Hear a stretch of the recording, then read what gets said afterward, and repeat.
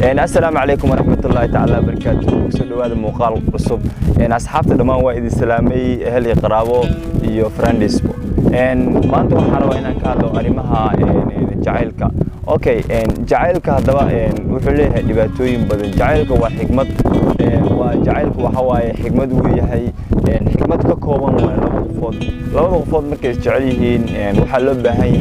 إني معرتي labadooda kalsooni badan isiyaan inay samarka yaani labadooda been isku samraan waayo dhibaato walba way maataa markay isjecelyihiin waxa laga yaabaa hadallo kamida kala fogaanshaha inay dadkan kala fogaadaan keeni kara waxa laga yaabaa in saddexay uu jiro oo qofkan eray kaliya oo qofkan kaga boodi karo marka waxa leeyahay dadka isjecel iska ilaaliya saddex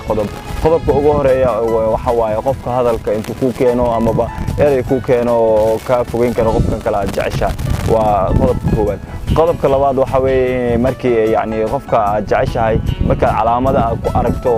yani waxa kamid ama dhibaatooyin adiga ku ah waa inaad u sheegtaa dhaada yani waxaas dhibaatooyin ay u yihiin adigoo raali ah migadeen karta qodobka saddexaad wuxuu yahay